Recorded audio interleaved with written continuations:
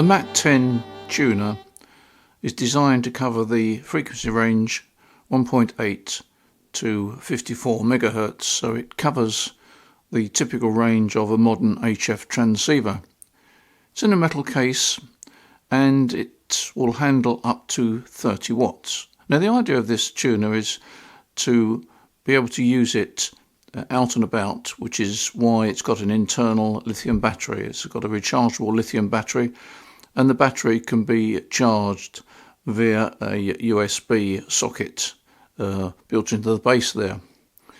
And they claim that this battery will last quite a long time, and certainly when I've been using it I've found that it certainly gives you a good day's use, and probably a lot more than that actually. It hasn't actually gone flat on me at all. And it is ideal for QRP work, for transceivers that haven't got built-in antenna tuners, something like the IC705 or the FTX1 field, and other QRP transceivers. In fact, I've recently acquired a QMX little QRP transceiver from QRP Labs, beautiful little transceiver, and I've been doing some initial tests on that. I will cover this little transceiver in more detail, but there's plenty of transceivers that haven't got a built-in antenna tuner, and this is designed to fulfill that requirement. On the top we've got two BNC sockets, the sort of antenna and the transceiver sockets. There's also, you notice there at the top, a multi-plug.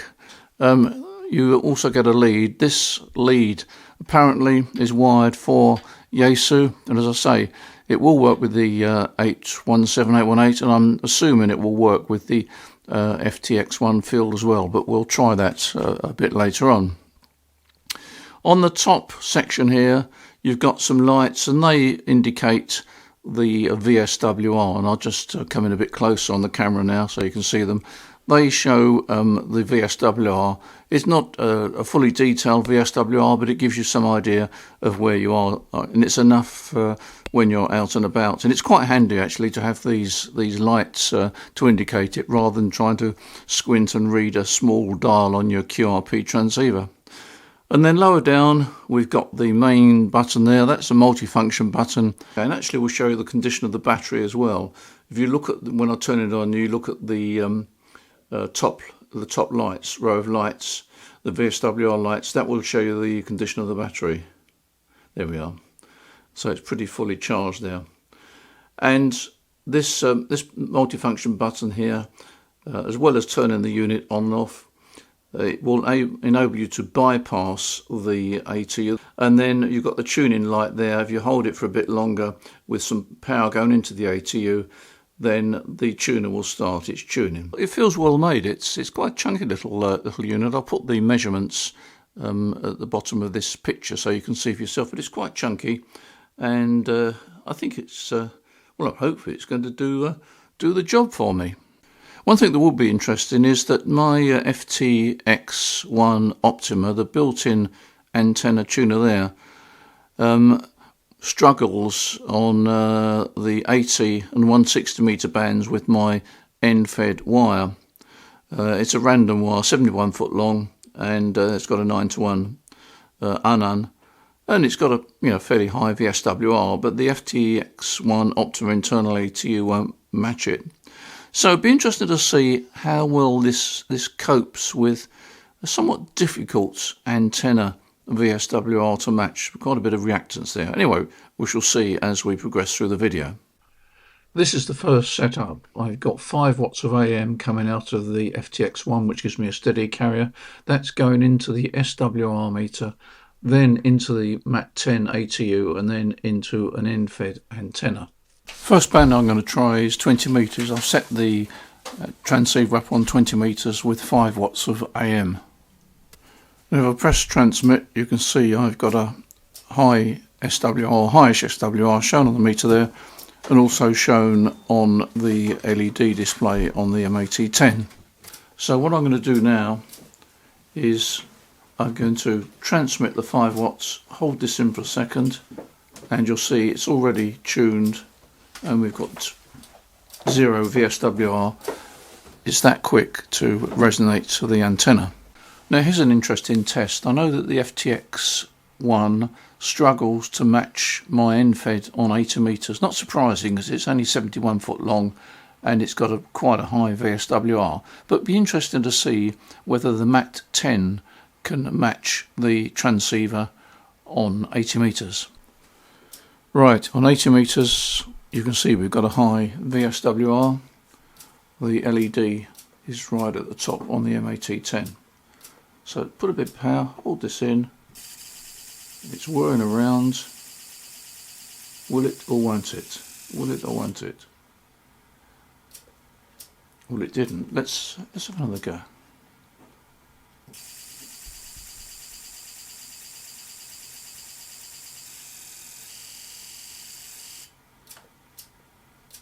Well, you see actually what's happened is it's got the VSWR down pretty low. Sometimes you have to have 2 goes with these ATUs. Let's try it once more.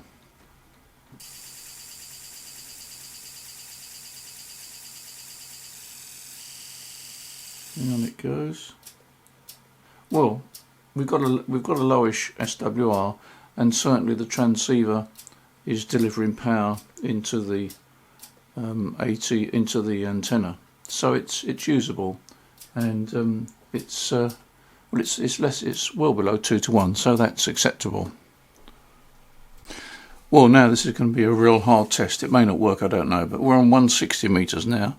There's no way the FTX built-in ATU will match my antenna on 160 metres. It's just so reactive. But anyway, let's see what happens with the MAT-10. Well, surprisingly enough, it's not that bad actually on 160 metres, so let's see what happens. Ah, well, there it's gone a bit lower, so we've got a good match. We've got about 1.2, 1.3 to 1 on 160 metres. It means to say that I could actually use this transceiver on 160 metres through to 10 metres. I've already said that the MAT-10 doesn't use an awful lot of battery power, but I want to demonstrate something to you. I'm on 40 metres now and I need to tune the ATU. So put some power in, hold that down, and there we are. We've got tune almost immediately. We've got a low VSWR now on 40 metres. The MAT-10 has got what they call latch-in relays. In other words, the relays retain their setting even when the power's off. Let me show you. I've bypassed the ATU now and we've got high VSWR. Put the ATU back in circuit and we've got low VSWR because the ATU is back in circuit. Let's turn it off. We turn it off. We've still got low VSWR because those relays have latched. Even with this turned off, we've got a good VSWR. That's quite a nice feature. Now the MAT-10 is obviously designed to be used with low power radios, and I'm going to try it now with my little QMX transceiver. QMX is a 5 watt transceiver, and when you want to use it with an auto ATU, you need to switch to about half power level. There's a menu item on the QMX for using it with an ATU. But the question is, of course, is say a couple of watts from this QMX able to drive the MAT-10 to resonate an antenna? Let's take a look.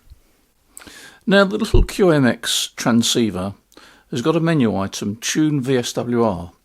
If you go into that menu item, it sends out a steady carrier at half the normal output. That protects the PA. And that signal is used to drive the ATU when it's tuning. So it'd be interesting to see whether the QMX's 2 watt signal or so, the 2 watts out from the transceiver when it's in this mode, whether that's enough to drive the MAT-10.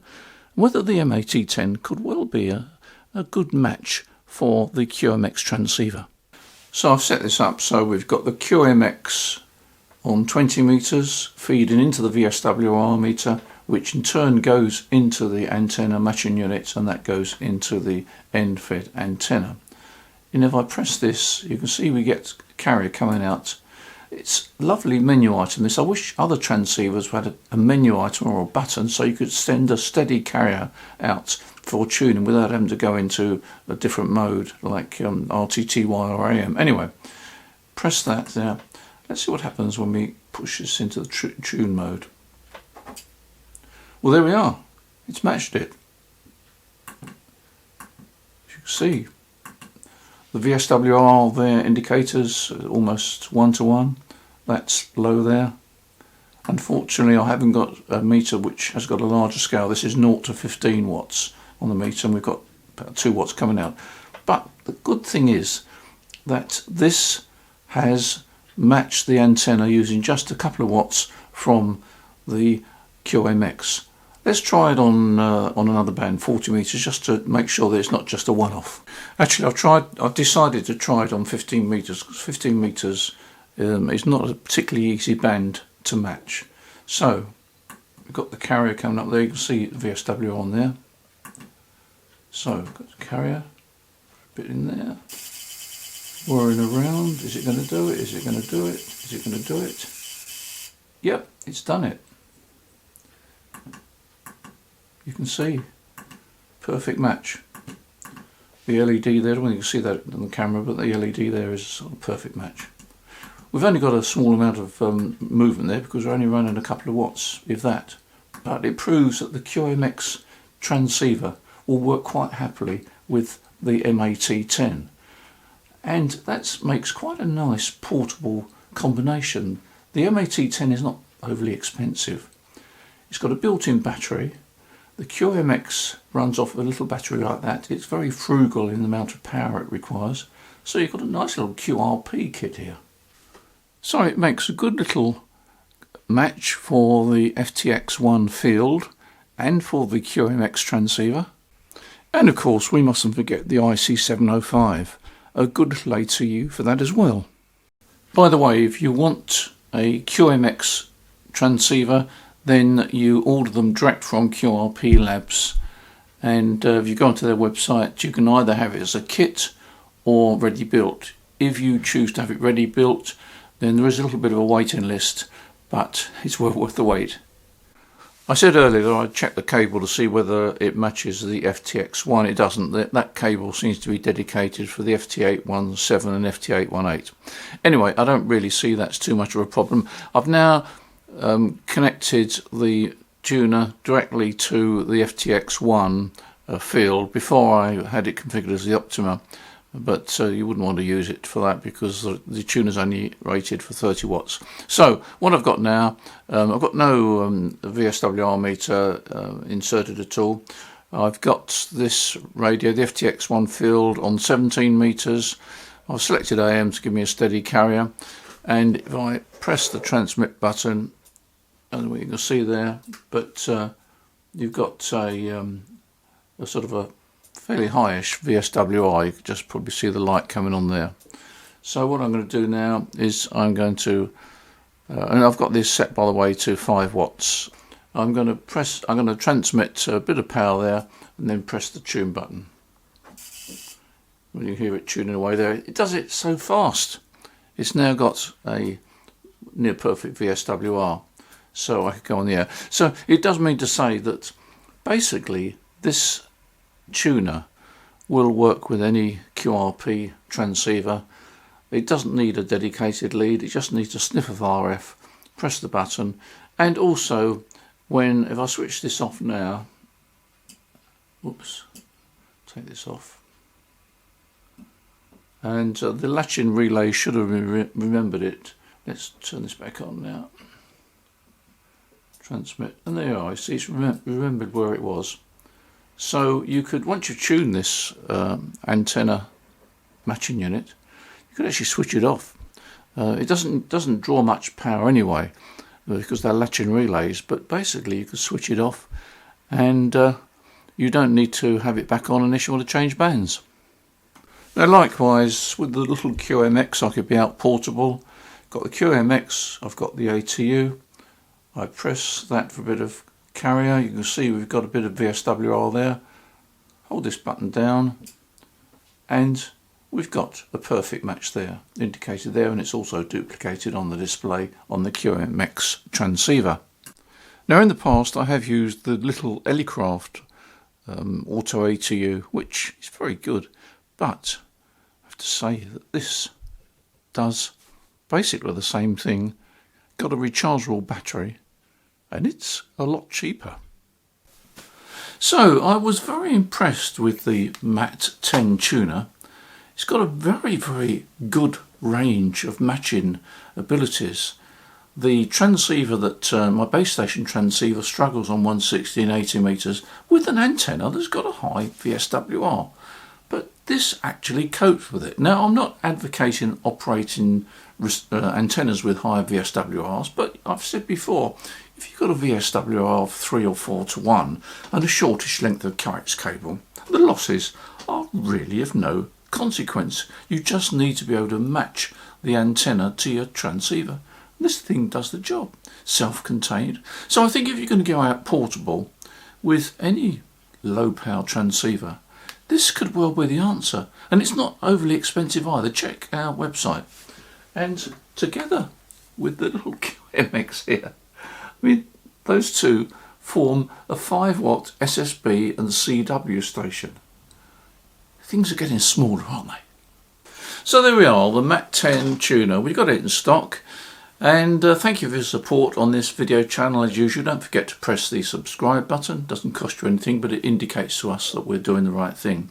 In the meantime, you enjoy your ham radio. Oh, by the way, check our website because we've always got deals on there, and we've got package deals, or bundles we call it. Yeah, it's bundles. So if you go into our search bar on the website and just key in the word bundles, BUNDLES, you'll see all the bundle deals. But there's lots of other things on our website. We've always got offers. If you want to do a part exchange deal, don't forget to give us a ring. We'd be more than happy to do a part exchange deal. And with the way that we work, you can have your new radio within 24 hours of agreeing a part exchange deal over the phone. We'll collect the goods from you, and it's very quick actually. Give us a call on the phone. You'll see how quick it is. In the meantime, you enjoy your ham radio, you take care. Look forward to seeing you as usual in the next video. Bye for now.